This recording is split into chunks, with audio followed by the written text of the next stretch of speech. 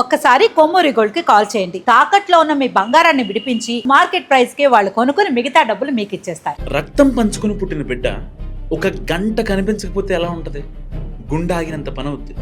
అలాంటిది 12 రోజులుగా తన బిడ్డ కోసం గుండెలు బాదుకుంటోంది ఈ తల్లి.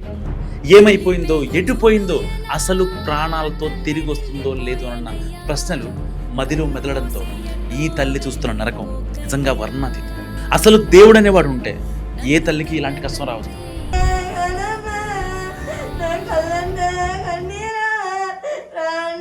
గంటలు గడిచాయి, రోజులు గడిచాయి, కానీ చిన్నారి జాహ్నవి జాడ ఇంకా దొరకలేదు.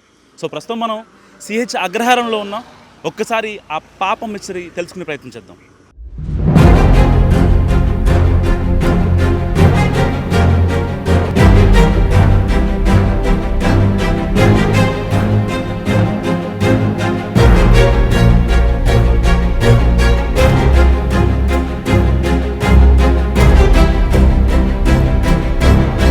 జూన్ 6 ఉదయం 11:15 పాపతో పాటు కుక్క కూడా మిస్సింగ్.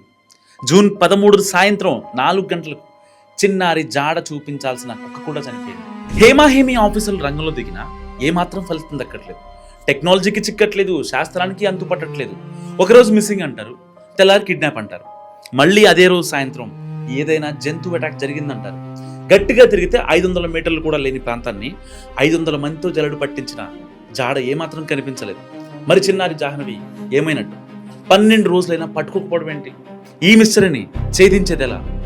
కెమెరా ముందు నేను ఏడాలంటే ఎంత నేర్చింది సార్. ఈ 11 రోజులు అవుతుంది సార్. ఈ రోజుకి 11 రోజుల నుంచి ఓన్లీ కెమెరా ముందు అంగే ఎడితే ఏడ్చినట్టు కాదు సార్.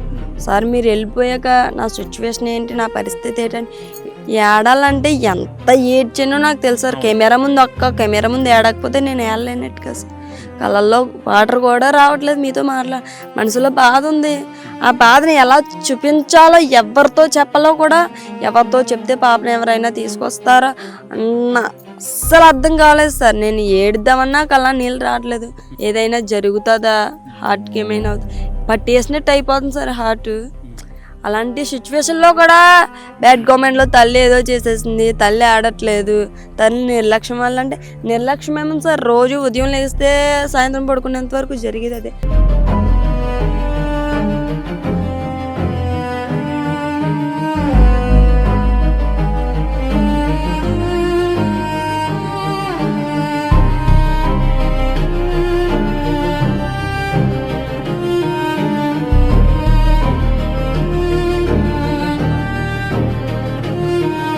జాహ్నవి తల్లి భవాని కడుపుకోత అర్థం కాని కొందరు చాలా చండాలంగా మాట్లాడుతున్నారు. మూలిగి నక్క మీద తాటిగా పడ్డట్టు. అసలు కన్న కూతురు ఉందో లేదో అనే బాధలో తానుంటే తల్లి భవానిని చంపేసి ఉంటుంది. తల్లిదండ్రులు కనీసం ఏడవట్లేదని కామెంట్ చేస్తుంటే ఆ తల్లి మెంటల్గా, ఫిజికల్గా చితికిపోతుంది. మా వదిన హెల్త్ కూడా బాగోలేదు సార్. బాగోపోయినా ఆ పాప కోసమే ఏడుస్తూ చిన్న పాపను కూడా పట్టించుకోకుండా ఉండిపోతుంది సార్. కానీ అమ్మాయి మీదే ఎక్కువ అనుమానం పడి కామెంట్లు నచ్చినట్టు పెడుతున్నారు. ఇక్కడికి వచ్చి ఒకసారి చూస్తేనే కానీ తెలియదు ఆ బాధ ఏంటో. పడే వాళ్ళకే తెలుస్తుంది ఆ బాధ. తల్లి తండ్రి మీద ఎక్కువ అనుమానం పడుతున్నారు సార్. ఆ అనుమానం ఏంటో మాకు తెలుస్తుంది. మా వదినకి మా అన్నయ్యని వాళ్ళ మీద అనుమానం పెట్టి కామెంట్లు పెడుతున్నారు. హాల్ చేసుకుంటే వాళ్ళు అంతలా ఆర్డర్ కాదు సార్. ఇకనైనా పాప తప్పిపోయిందని పేరెంట్స్ని తిట్టేవాళ్ళు కుదిరితే ఆ ఫ్యామిలీకి ఎంతో కొంత సహాయం చేయాలి. వాళ్ళ పరిస్థితి నిజంగా దారుణంగా ఉంది.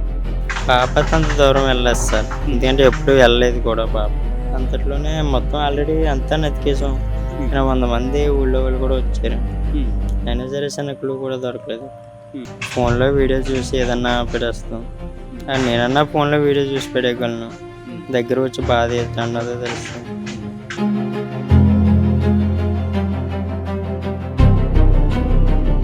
చిన్నారి జాహ్నవి తల్లిదండ్రులు నిజంగా చాలా ఇన్నోసెంట్స్. వాళ్ళు పెద్దగా చదువుకోలేదు, వాళ్ళకి ఏం తెలియదు పాపం. కన్న కూతుర్ని కాదనుకునే మైండ్ సెట్ కాదు వాళ్ళది. వాళ్ళ అమ్మ నాన్నని ఆ దీన స్థితిలో వాళ్ళని చూశాక వాళ్ళని ప్రశ్నలు అడిగితే ఎక్కడ బాధపడతారని నిజంగా నాకే బాధేస్తుంది. ఇలాంటి కేసుల్లో ఎవిడెన్సెస్ కన్నా ఎమోషన్స్ చాలా ఇంపార్టెంట్. దయచేసి చేతులు దండం పెట్టి ఒకటే కోరుకుంటున్నా, ఒక ఆడబిడ్డ తప్పిపోయి 12 రోజులుగా చంటి బిడ్డ కనిపించగా తల్లి తండ్రి వాళ్ళ కుటుంబ సభ్యులు అల్లాడిపోతున్నారు.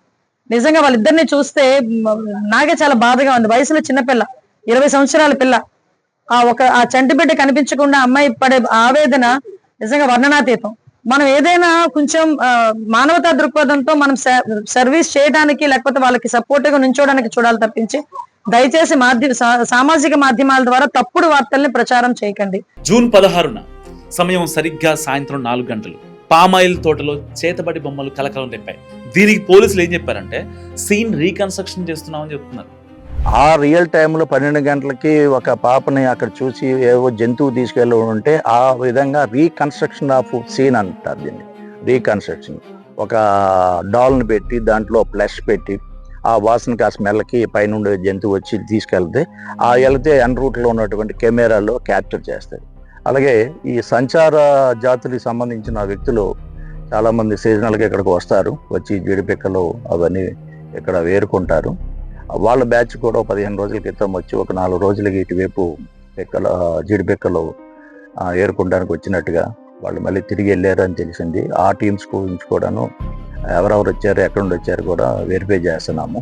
ఇదే సీన్ రీకన్స్ట్రక్షన్ చేస్తున్నారన్న పోలీసులు మరి కొండ చిలువ మిగిందని ఎలా చెప్పారు? పాసర్ బై ఎవరైనా తీసుకెళ్తుంటే అది టెక్నికల్ అనాలిసిస్ లో వెరిఫై చేయడానికి ట్రై చేస్తున్నాం. సీసీ ఫుటేజ్ తీసుకున్నాము, ఐపీడీఆర్ తీసుకున్నాము, టవర్ డంపులు తీసుకున్నాము. ఇవన్నీ అనాలిసిస్ ఇస్ ప్యారలీ గోయింగ్ ఆన్. ఖచ్చితంగా అండి, అడవి జంతువుల వల్ల కూడా ప్రమాదం ఉండే అవకాశం ఉంది. చిన్న పాప కాబట్టి, షీ వెయిస్ వెరీ లిటిల్ కాబట్టి ఏదన్నా వైల్డ్ యానిమల్ లాక్కొని వెళ్ళే అవకాశం ఉంది. దానికోసమే ఫారెస్ట్ డిపార్ట్మెంట్ ని రిక్వెస్ట్ చేసి వాళ్ళని కూడా రోపిన్ చేయడం జరిగింది.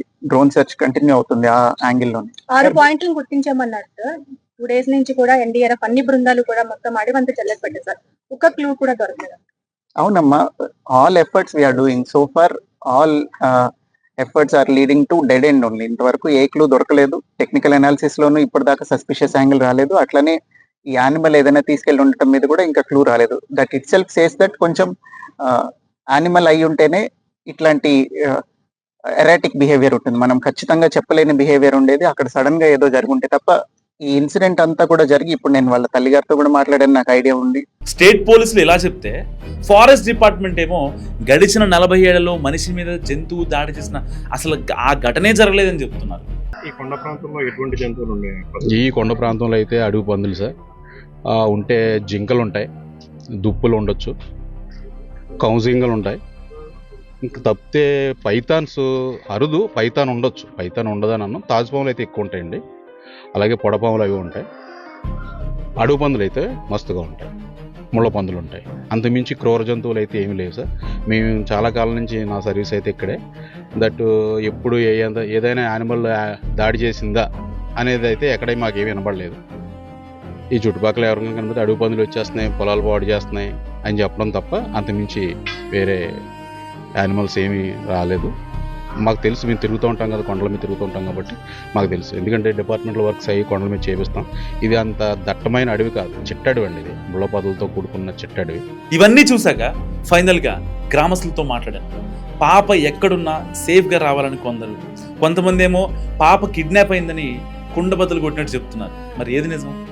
పాప అందరికీ బాధాకరంగా ఉంది. పాప బాగా క్షేమంగా ఉండాలని కోరుకుంటున్నాము. మరి ఆ పాప ఎక్కడ ఉంటుందో ఏంటో మనకు తెలియదండి. కాకపోతే ఏంటంటే ఫైనల్గా జనాలు అనుకునేది ఏంటంటే ఏదో రకంగా పిల్లల్ని కిడ్నాప్ చేశారన్న ఆలోచనలో ఉన్నారండి ప్రజెంట్ అయితే చాలా వరకు 80%. ఈ తింక్షన్లో 1-2 గంటలో కుక్క చనిపోయింది అనమాట. సరిపోతే వీడియో ఏమనుకుంటుందంటే అయితే ఈ లెక్కనే పాప కూడా ఎక్కడో సేఫ్గా లేదు. ఇప్పుడు దాకా సేఫ్ ఉందనుకున్నాం కానీ ఇప్పుడు సేఫ్గా లేదు. ఈ చుట్టుపక్కల లేదు, బయటికి వెళ్ళిపోయింది, ఎక్కడో ఎవరో కిడ్నాప్ చేశారని చెప్పి తల్లిదండ్రులు ఆందోళన చెందిందండి ప్రజెంట్ ఫైనల్గా. సో విన్నారు కదా, జాహ్నీ వాళ్ళ అమ్మ, నాన్న, ఇంకా గ్రామస్తులు, అఫీషియల్స్ ఏం మాట్లాడుకుంటున్నారు. సో మీరేమనుకుంటున్నారో మస్ట్ కామెంట్ చేయండి. కెమెరామెన్ నాయుడుతో మనోజ్, మనం టీవీ, తుని.